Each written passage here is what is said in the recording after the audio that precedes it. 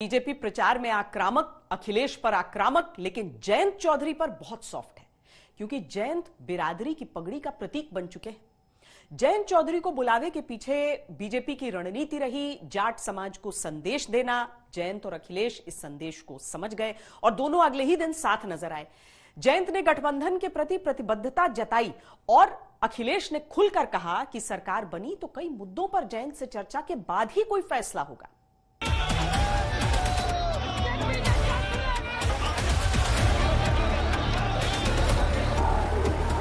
पिछली सरकारों की विकास की कोई सोच ही नहीं थी।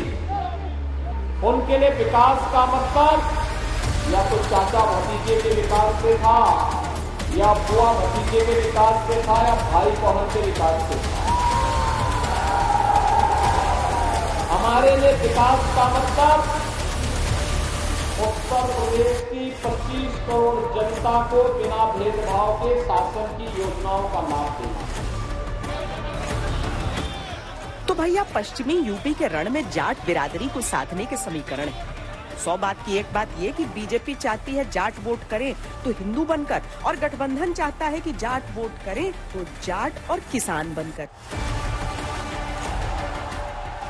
डबल इंजन की सरकार फेल होते हुए नजर आ रही है, इसलिए ये जनता बदलाव करेगी इस बार। ये लोग कहाँ थे जो आज आपसे उम्मीद कर रहे हैं, मुझसे उम्मीद कर रहे हैं?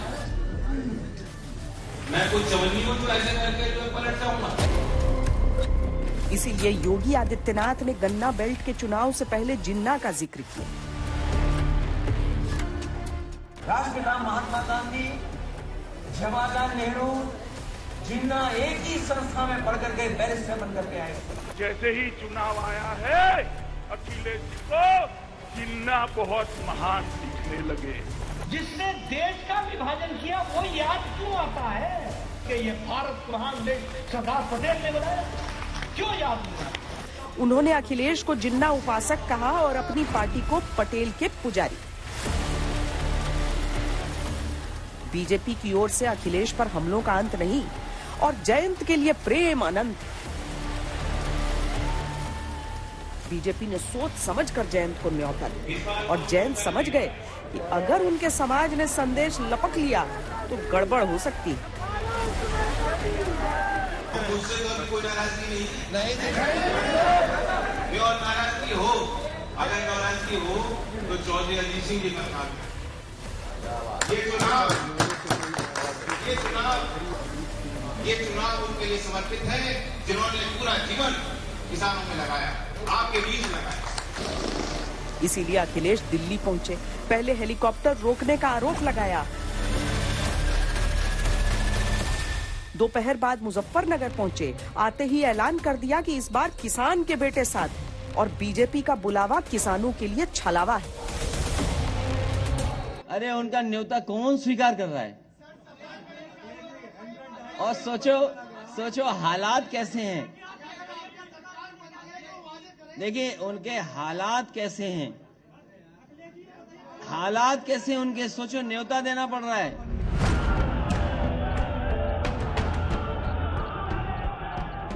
– 2017 में यूपी के लड़के ट्रक की छत पर सवार सरकार बचाने निकले थे।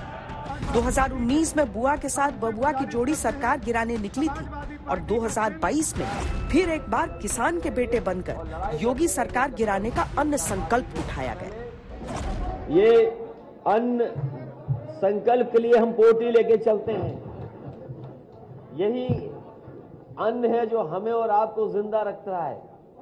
किसान जो हमें पेट भरता है और कपड़े दे पहनाता है, उसके हक में हम दोनों लोग लगातार इसी तरह से संकल्प करते रहेंगे और लड़ाई लड़ते रहेंगे जब तक भारतीय जनता पार्टी को हटाना ले।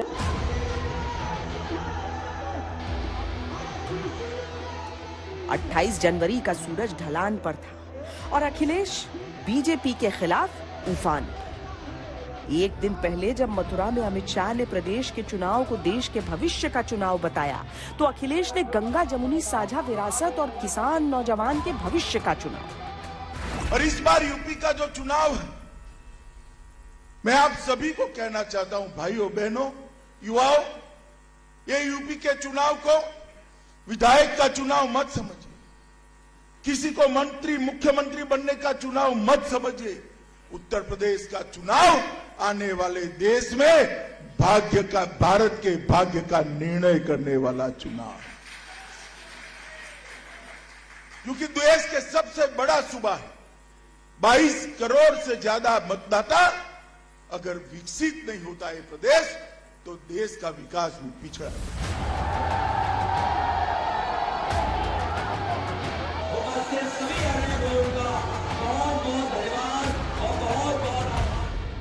किसानों के वोटों वाली मिठास हासिल करनी हो तो गन्ना किसानों की जिंदगी में मिठास होनी जरूरी है। अखिलेश ने उन्हें भी भरोसा दिया कि आई सपा तो गन्ना भुगतान 15 दिन में सफा। समाजवादी पार्टी ने बिजली के क्षेत्र में कहा है कि 300 यूनिट मुफ्त होगी। वहीं फार्मर्स के लिए कि उनके गन्ने के भुगतान के लिए उन्हें इंतजार न करना पड़े, 15 दिन इंतजार न करना पड़े।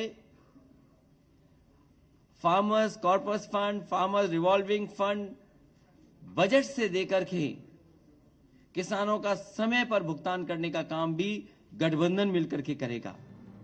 पेंशन है, लैपटॉप है, भैया अखिलेश के वादे तो अपार हैं, लेकिन राजनीतिक गठबंधन में भी आपसी मारम्मार है।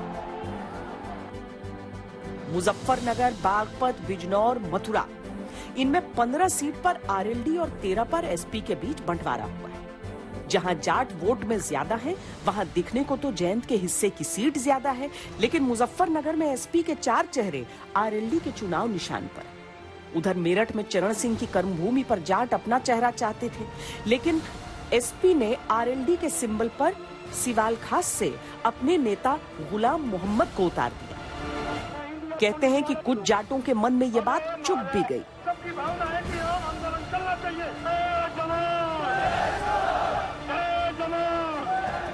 पश्चिम की लड़ाई में गठबंधन को लगता है कि किसान आंदोलन ने उनकी जीत की जमीन तैयार कर दी। समझ बीजेपी भी यही रही है, इसीलिए पश्चिम की जमीन पर बड़े बड़े राजनीतिक स्टार द्वार द्वार प्रचार कर रहे हैं।